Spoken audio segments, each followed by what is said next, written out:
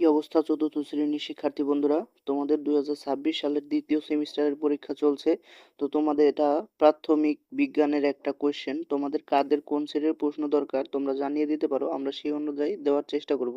তোমরা দেখতেই পাচ্ছ এটা সাধারণ বিজ্ঞানের একটা প্রশ্ন এবং দ্বিতীয় সেমিস্টারের একটা প্রশ্ন 2026 সালের চতুর্থ শ্রেণীর। তোমাদের কাদের কোন বিষয়ের প্রশ্ন দরকার এবং কোন সেটের প্রশ্ন দরকার সেটা অবশ্যই জানিয়ে দিতে পারো।